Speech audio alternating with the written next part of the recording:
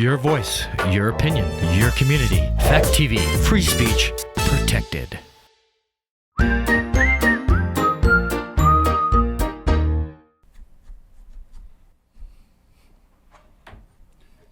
Who are you gonna call? That's what it's changed it to in the autocorrect. How many of these movies are they gonna make? And when the devil is accused, does he swear on the Bible? All this and more on Gory Story Time. Warning. Gory Storytime is a horror movie review show by a son and his dad who thought that letting his 5-year-old watch scary movies was acceptable. If you are offended by horror or talk about blood and gore by a child, or if you don't want horror movies from the 60s through today spoiled, then there is a remote stuck in your couch cushion next to potato chip crumbs. Use it. And of course, parental discretion is advised. Why? You didn't use any. Shut up and start the show.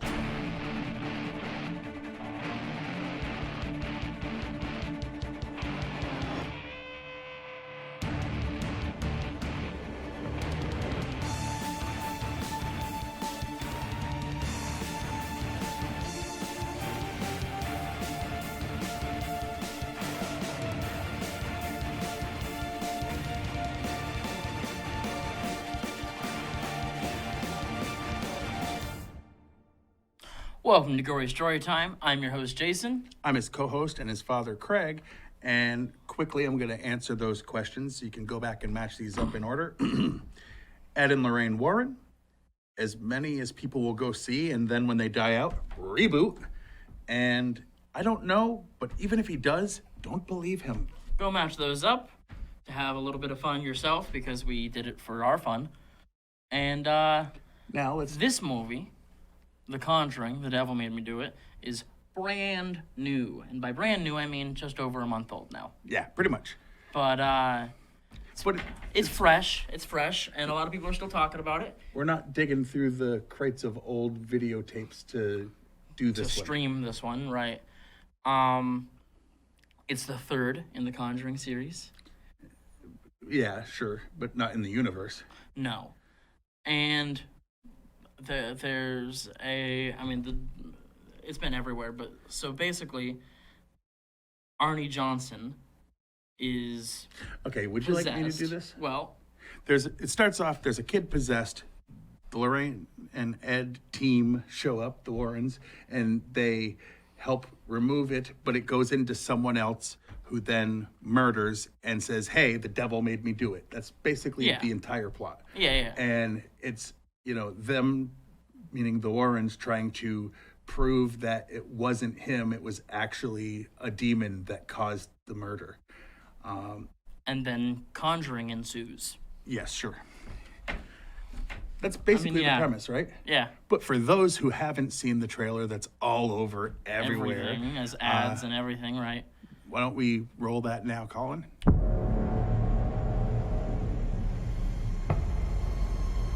The court accepts the existence of God every time a witness swears to tell the truth. I think it's about time they accept the existence of the devil. You okay there? Jesus. I think I hurt someone. In 1981, Arnie Johnson pled not guilty. We think this family was cursed. By reason of demonic possession. I am not going before a grand jury and saying he was possessed by demons. Whatever happened that day, that was not Arnie.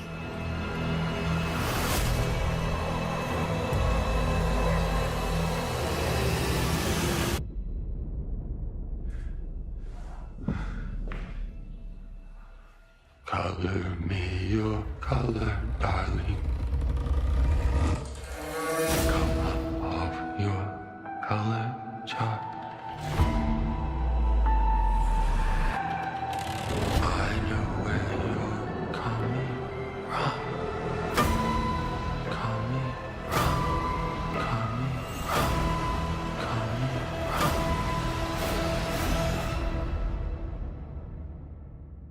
I know who you are.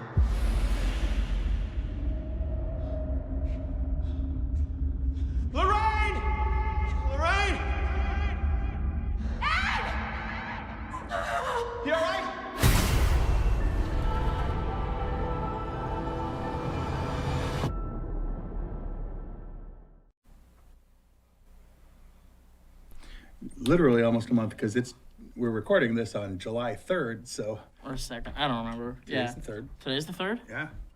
Oh, wow. I'm pretty sure. Anywho, I don't really care. Except for the 4th I do care about, but that's not Yeah, thank you. It is the 2nd. Oh, really? Okay, Yes. so Sunday. I knew you were Whatever, being a dumb person. Anyway, not really the point. No. So that's pretty much the premise. But before we get into the behind-the-scenes stuff that we do every week, there's a real reason why we're here. You think we're here because we love horror movies and want to review them. I mean, don't get me wrong, helps. we do. But we use it very simply as a way to make fat stacks of cash. And how do we do that, you ask? Well, we Pimping pimp ourselves out like the whores we are. That's true. We pimp ourselves out to any And company that wants to give us a truckload of money to advertise their stuff. And this week, we got the Brinks truck backed up from these two fine companies. This week, Gory Storytime is brought to you by My First Book of Curses. Is someone picking on your elementary school-age child? Would you like them to be able to use demons to protect themselves? Then you need My First Book of Curses. Your child can learn the art of using the powers of hell's minions to avenge them. Bully pulls her hair? Curse the bully's dog to run into traffic.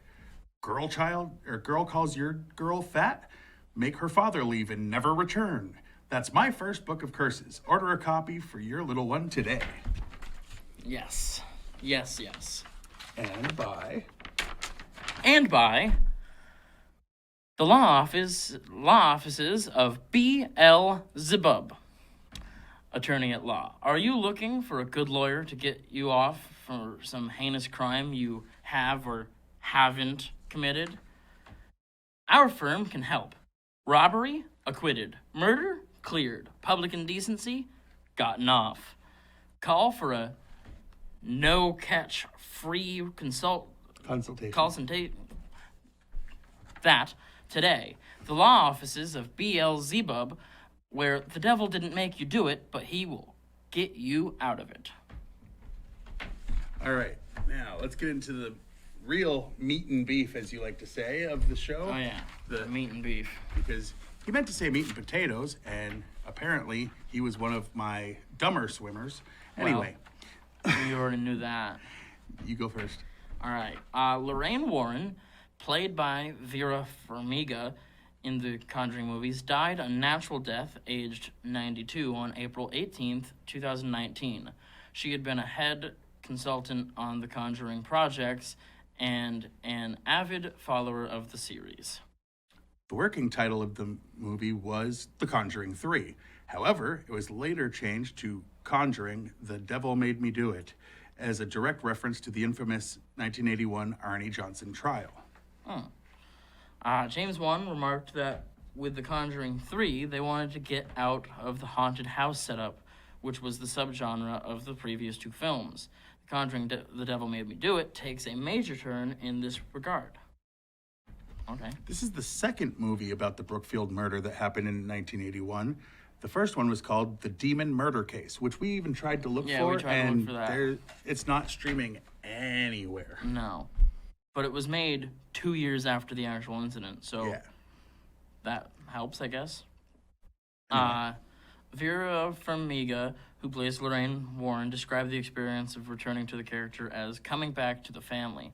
She further joked, "I love working with this guy," referencing her on-screen husband and off-screen close friend Patrick Wilson. In January of 2021, HBO Max announced every Warner Brothers movie would be released on its platform the day it hits theaters for no extra cost to subscribers. This decision came because of the COVID-19 global pandemic. The Conjuring, The Devil Made Me Do It premiered June 4th, 2021. Yes. Joseph Bashara, who composed the scores for The Conjuring, Annabelle, The Conjuring 2, The Curse of La Llorona, and Annabelle Comes Home, was confirmed to be returning to score this third Conjuring film. The initial idea of taking it overboard with the third installment of the movie and exploring things beyond the confines of a haunted house was discussed with Vera Farmiga and Patrick Wilson. They both loved the idea, according to James Wan, the brainchild behind The Conjuring. How is someone saying, hey, these are true stories, let's make them into films, the brainchild? Right. Because he didn't create, I'm going to make a movie based on a true story. No. Like, anyway. Chad Hayes and Carrie W. Hayes, co-writers of The Conjuring and The Conjuring 2, will not be returning to write. I love that a lot of this is like, it was written before. This is the fourth movie with Steve Coulter playing Father Gordon after The Conjuring 2, and Annabelle Comes Home. When Father Castor, John Noble, says that he prefers to keep his satanic objects locked up in his basement, like keeping guns off the streets, Ed and Lorraine exchange a meaningful look. In The Conjuring, Ed said the exact same thing to a reporter while giving a tour through his basement full of cursed artifacts. Both The Conjuring 2 and The Devil Made Me Do It feature Lorraine's visions and her ability to astral project. The Conjuring did not delve into the exact visions Lorraine was having. David Leslie Johnson McGoldrick has been hired to write the screenplay. He also co-wrote The Conjuring 2 and the original screenplay for The Nun.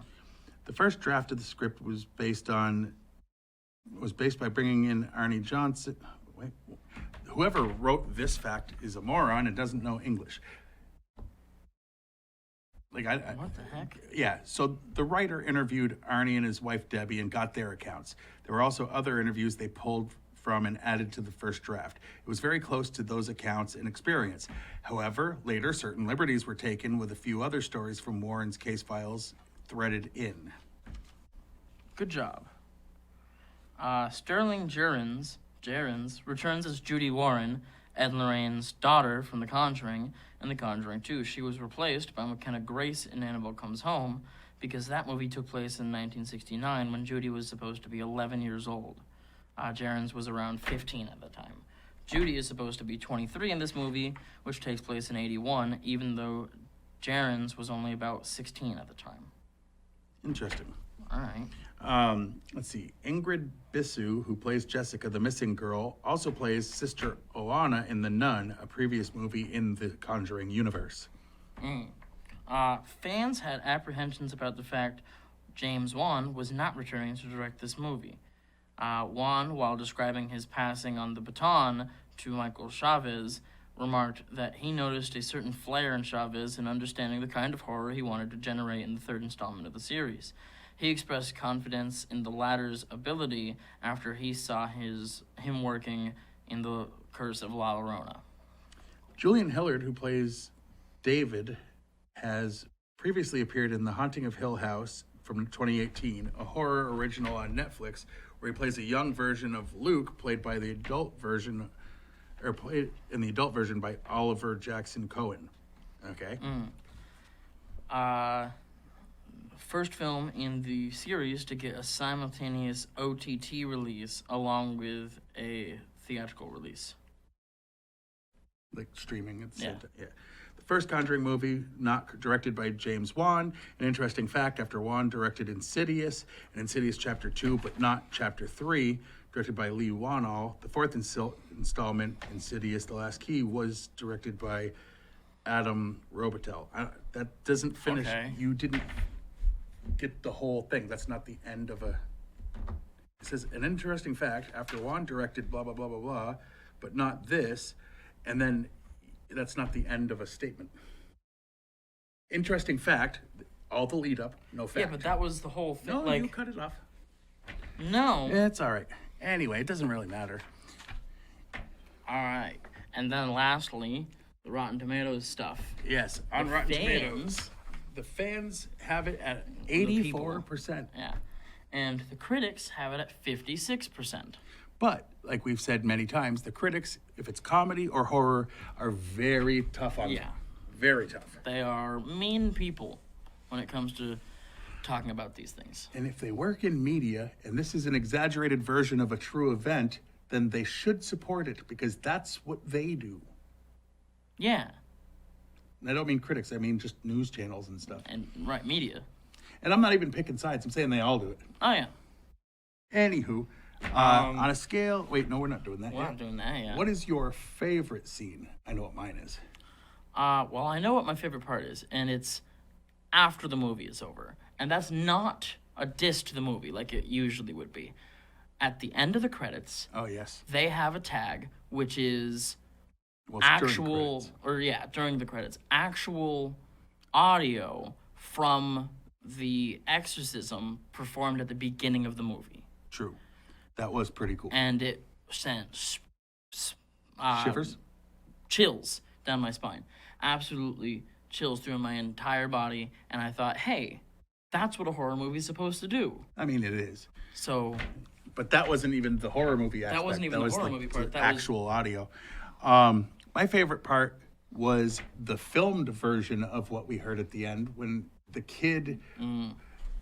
There was just certain parts where the kid that was being exorcised bent into shapes that are unnatural and creepy, and it looked very realistic. It was jerky movements and stuff, but it looked like I was creeped out by the look of it, and you missed it because you were looking at your phone, and I made you rewind it so you would see that kid bend in half. And it was to stand up. crazy. It was absolutely nuts. All right. What was your least favorite part of the movie? Because I know there has to be something you didn't like. Even if you have to pick a nit. Right, I'm looking for that, actually. Okay, here's a real nitpicky one. I don't like that this movie is in the same universe as Annabelle Comes Home, right? Because Okay. that movie was really bad. I mean, it wasn't good. We've reviewed it. Right. It wasn't So I'm going to great. go with that as my least favorite, is that it shares a universe with a really bad movie. Which isn't really what he's supposed to be doing I know. here. You're supposed to pick something about this movie you didn't like. Right. Well, how about the fact that, in the trailer, it said, and this is my least favorite part, is like, this is the trial that proved the devil exists, except, spoiler alert, at the end of the movie, he's found guilty because they don't believe it was the devil, and they sent him to jail for murder. So it literally is there's advertised as, this is the thing that proves a thing, except the jury that it was proved to didn't believe it. Right, but the issue is... They didn't... It was They either believed the it death enough penalty, to not give him death right, penalty, to just because give that's him... what it was. But still... So they believed still it enough believe- for it to not be death penalty, which means that it was... But they still believed he killed the person, Well, and he it was did. of his own volition. Manslaughter is still your own fault. Whatever. Anyway, on a scale of 1 to 10, what would you rate this movie? I would give this movie an 8.5. 8.5? See, I'm going a little harder on it than that. Honestly, I'm going to say maybe 6.5. It's worth watching. Oh, yeah. It's better than some of the other chapters in this universe. Yeah. Like you said, Annabelle Comes Home, for example, which basically was another Conjuring movie with Annabelle because it had the Warrens throughout. Right. But I have to say, I mean, it's watchable. It's not great. The first one I really liked, and I was like, ooh, Yeah. this is good. This one I'm like, it's another one, I really like this one. I think it's pretty good. as DJ Khaled would say. Yeah. Another one. And another one. Oh, wait. And there'll be another one. Anyway, Oh, of course there will. They're making money. Of course there's going to be another one. so that's about it, right? Yeah, Anything that's- else you want to say about this flick? I mean, you have 2 days left on HBO Max to go watch it if that's what you're going to do. And if you like horror movies, it's not bad. It's just not special anymore. It's like there's nothing about it that I'm like, ooh, Yeah. this. Yeah, I guess. So, yeah. Says the guy who gave it an 8.5. Yeah. Anyway, over here on the side, Yes, on that side. You can watch this show on Fat TV channel 1076, Thursdays at 8:30 p.m. and Fridays at 7 p.m. you can like us on Facebook. And when I say like us, I don't just mean like Gory Storytime. I mean, I do mean that. But also like Fact TV. Right. Watch this stream live. Once in a while, I'll hear rumor that people are watching us live while we're recording it. And if that's the case, A. Right. And if not, how are you hearing us? If not, then you're watching it when it airs, you dork. Or more likely, they're not watching it and we're talking to no one. You can go to factdate.com and watch a bunch of the back episodes of this show and tons of other content that they have on the channel. And you can go to my YouTube, which just look up Juggalo Jake's, all one word, or you can put Gory Story Time. There's other things you can look for, but if Juggalo Jake's, all one word, that's my YouTube channel. Yes. Twitter, you can follow me at Jiggly Firm Brain. I don't tweet about the show unless he says something messed up about the show, I guess. For those who don't know, he just tweets things that I say that he finds amusing, especially out of context. Then I'm at Craig Jakes, just my name, spelled the way it normally is, all lowercase, etc., etc. Yes. And I tweet whatever the hell I want. Yeah. No, that's not. So. You done? Yeah, I think so. Okay, so yeah. Now we wrap it up. So until next time, I'm your host, Jason. I'm his co-host and father, Craig. And sweet dreams.